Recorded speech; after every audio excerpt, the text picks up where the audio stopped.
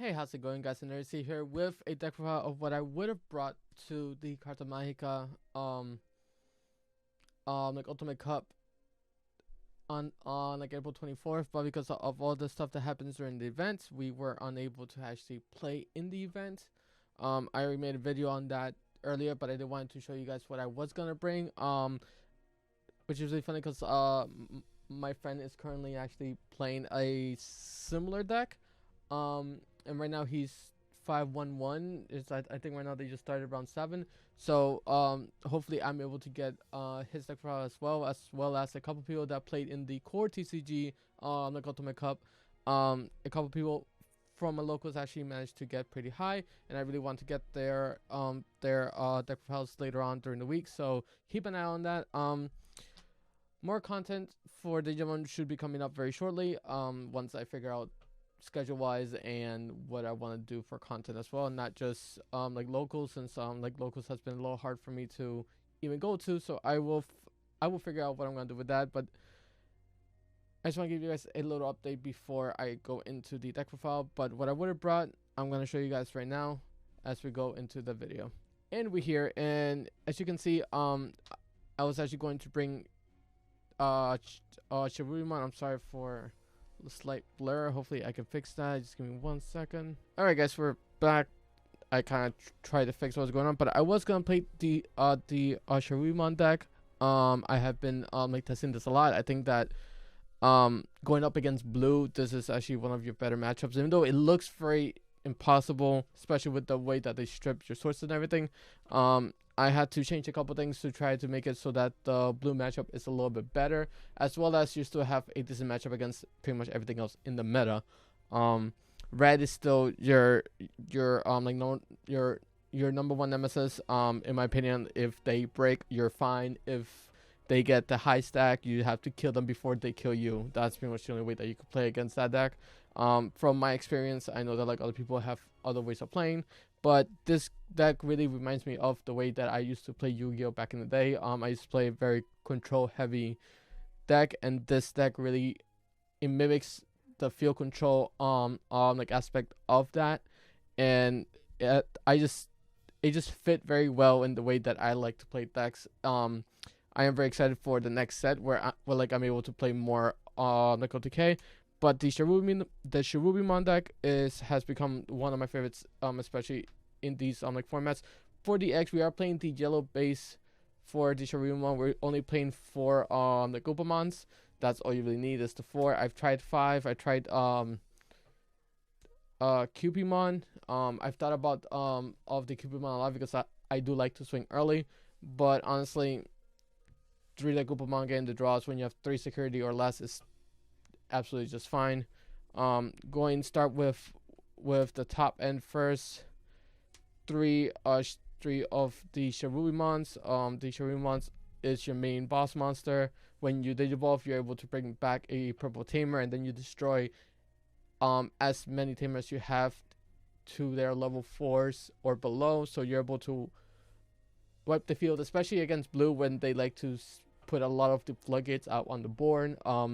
The Madoki Venomons, the Tsukaimons, pretty much anything that is not a level 5 or above, you're able to kill with the Cherubimon and put a board presence on there, as well as when he dies, you get to bring back your level 4 or lowers from the graveyard, no color restriction, like onto the field, which is really good because then you could play the Jello base a lot easier. The Bushi Agumons are completely great, especially in this type of game where you kind of want to end the game with swing with the Cherubi, hope it dies. If it doesn't, you have ways of killing it yourself and bringing back the like the Bushi to go for game. Next we have the 4 Rihimons. That is your only level 5. That's the only level 5 that you need. Trying to flex the pre-release real quick because that's the only one I have. He goes on top of your level 4s. If you have a tamer underneath the level 4, you're able to put him down for 1. When he dies, you're able to, as long as he had a hybrid underneath him, you are able to return a purple tamer from the graveyard to the field. a lot of times I will let him die with a Magica underneath him, so I can bring the Magica back. I stuff my memory setter plus Matt lets me get back like something else. Next we have the four Kaiser Leomons and the 4 Loemons. These are your 8 hybrids, along with your reheat. That's your 12 hybrids. Loe is just like a Lobo, a pretty vanilla level 4 that goes on top of your purple tamers. Kaiser Leomon, if he goes on top of the Koichi or on top of another hybrid, he gets retaliation. This is pretty much the only way of getting rid anything that's on the higher end, as long as they are suspended. So you're able to kill off any threats. A Susanomon or something that you're trying to get off the field, if they get really greedy and just leave it sideways, the Kaiser Leomon is a great way to kill it. Plus, he gets it for the rest of the turn, so even if you go Rihi on top of him, he'll have retaliation, so you're able to kill something off, bring back a tamer. If you have the Koichi underneath him, you still get the memory back. So it's a sweet little combo that you have in the purple hybrid core. This was a last minute add, a Susanomon. This helps you against the yellow hybrid matchup where they like to stall you out. You go through your deck a lot faster than the yellow hybrids. There are times that you're pretty much gonna run out of resources, and the Susanomon lets you just replenish your hybrids and your tamers, so you're able to not deck out. This was a last minute put into the deck. In theory, great. I haven't been able to really test this out just yet. I hear really good things about it, so hopefully eventually I'll get to try it. 4 of the big boy Pokemons, the cutest thing ever. Freaking Pokemon, super good. He goes 5 cards deep into your deck. You add a hybrid and a tamer, and whenever you Digivolve on top of the tamer, you actually gain 2 memory, so making your first hybrid pretty much free. And when you bring him back with the Cherubimon, he just gets you so much value. It's ridiculous. I have done games where I brought back 3, go into a hybrid, gain 4 memory. It's so good. 2 Salamons. I've been debating whether to do 2, 3, 4. 2 is just fine. On deletion, if you have 3 or less of the security, you do regain one of your security. There are often times where I'll have Upamon underneath, I'll attack, I'll draw a card. The Hisalamon won't die because apparently it doesn't ever want to die, but I will either Deathclaw or just kill him myself to be able to get the recovery +1, because a lot of times it is needed, especially when they know you're playing the yellow package. They want to poke at you. 1 Patamon. I believe my friend is playing the Lucimon. Main reason why I like Patamon is because it can go on top of your babies. But the real reason is because I don't have Lucimon. To be honest, I personally don't like the Lucimon either way, because it doesn't go on top of your the Thomas, and a lot of times it's just either sitting on the board for the blue hybrids to eat up, or it's just a 5-drop to recover 1. I don't know. I would have to try to get one to really test it out. The theories are there, but I have the Patamon. I might as well play the Patamon. 3 Bushiagumons. It is your win condition. Your secondary win condition, when he gets revived, he does have rush, so he can attack the turn he gets played. It doesn't get the summoning sickness, so he's able to just swing. If you have the 5 memory, you can literally go 5, play Bushi, and swing for game. Really good. You actually really need it for the deck no matter what. 1 Cutemon and 1 Gazi. A lot of decks are not playing Gazi. A lot of decks are playing 2 Cutemons. I wanted to do 1 and 1, so I have both of the floodgates in the deck, so whichever I see, I can play it. either way, they can come back with the Cherubimon, so it doesn't matter. To me, I do believe the memory blocker is a lot more useful throughout the like the matchups, especially when you're going like against blue. As long as you have the Gazi out, you're able to just swing without any real repercussion, because if you hit the hammer strike, you hit the ice wall, doesn't matter, you're fine. Onto the tamers, we have 3 Matishitas. My friend keeps telling me to do 4. I'm good with 3. 4, I see it way too often, really, like in the first turn, which is not bad, but it's not how I want to start out the game. But I do get the theory of having 4. It's just not the way I like to play. 3 to me has been working just fine.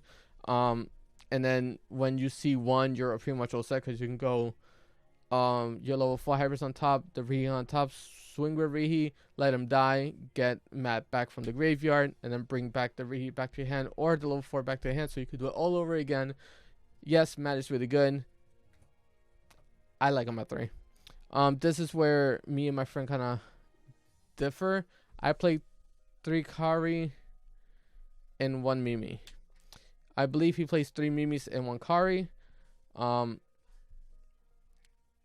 I really love Kari. Mimi, I don't have any more than just 1. If I had more, I would definitely want to do 2 and 2. There are a lot of options in this like meta at the moment, so Mimi is really, really helpful. The hammer sparks makes them not want to waste it, because then they just don't get like any memory. But if you do have like if they use like a heavy if they use a heavy costed option, you're able to make it cost 1 a little more, so you get that next turn. But Kari has always saved me in so many games. Plus, knowing when to activate Kari, especially knowing what is your matchup against, really does help. Kari definitely has saved my booty so many times, so I definitely like that. And the 4 Koichi, because you have to play the Koichi, he does loot through your deck. You draw 1, you discard 1. He constantly comes back, and if he's underneath a hybrid, if the hybrid gets deleted, you still gain a memory, which is really good. I really love Koichi. You always want to see him. He's great. And 2 of the analog youths, I did have 3. When I first played the deck, I loved analog youth, but the more I played with it, I then realized, especially against blue, because a lot of my friends were still playing blue. You don't proc this a lot. You don't actually activate this a lot when you're up against that meta. I was playing the purple mat, the small one, but that mat, it's helpful against the blue matchup, just because then you're able to proc even when the yellow like Digimon die. You can still activate to gain a memory. At least this, it lets me hatch an egg. Plus, it filters through my deck a little more in the top 3 and puts all the stuff that I want in the grave. But every time that I use it, I end up 3 tamers in the grave. I don't know. I have really bad luck with like the analog juve now. I don't know. 3 Deathclaw, you need it in this meta right now, especially if you're playing purple. You delete one of your like Digimon to delete one of their level 4 or lower. You can delete a memory tamer. You can delete a memory blocker. You could delete the cost reduction like Digimon. You could delete the level 4 hybrids. There has been times where like I've swung over a Strabi and killed with the Deathclaw. I would Deathclaw something else that's a level 4, just so that they don't have like access to that level 4 anymore. And in security, it just kills like a level 4 or lower. So it's just it's a really good card. 1 Calling from Darkness. Because I'm still a scrub with this deck, this kind of saves my butt a bit. It does work really well, especially when you have no board. It still counts. It still lets you get back 2 cards. Just be careful on how you use it, because there are specific rulings going with this card. If you delete the Rihimon, you cannot get the same Rihimon that you deleted if you're trying to activate that the Rihimon's effect, because the Rihimon has to resolve in the graveyard and the card has to stay in the graveyard. Just so you know, a quick little ruling with that. It does come up. The same thing with with the Cherubimon, you have to resolve this first. If you remove the undeletion like Digimon from the graveyard, it no longer will like activate. It will try to activate, but it won't resolve because it's no longer in the graveyard. So if you delete your Cherubimon, that Cherubimon has to stay in the graveyard after this card resolves. Just so you know, that's how it works. Plus, you don't have to have anything on the field to like activate and grab two. Two swords. A lot of people are cutting down to one. A lot of people are running three. I like two. Two's fine. I see it when I want it. It gets, if it's in the security, great. If it's in my hand, great. It's fine. It's really good card. It's not just fine. It's an amazing, great card. It's just I prefer it in the yellow hybrid build because then you can put it in the security a lot more often and it comes up and it's a blowout. Two blind array and a reinforced memory boost. I'm thinking about a third blind array. But for the event, I decided to do two blind array and a reinforced memory boost. You have to run these. This helps you get to your combos quicker. This just lets you survive a little bit longer. The reinforcement the reinforced like memory boost is at 1, so you kind of have to play it at 1. But that is the deck that I have been playing around with. The deck that I was gonna play in the Carta Magica, I think I would have done just fine. I have reviewed this deck over and over again. I have revised, reworked it, tried all of the different techs, tried a whole lot of different stuff. I got offered some help from like other guys, but I was confident going on. Like I was nervous, but I was confident that I was gonna do decently well, at least the top 128. But it didn't happen, so it's fine. We didn't get to play, but maybe next time we'll be able to show off the power of the Cherubimon deck. I hope that you guys enjoy it, and I will see you guys in the next video. Hopefully, we'll be able to get a couple of players that were able to top either Core TGD or the Carta Magica. Until next time, guys, have yourself a fantastic day, and I'll catch you guys in the next video. Bye.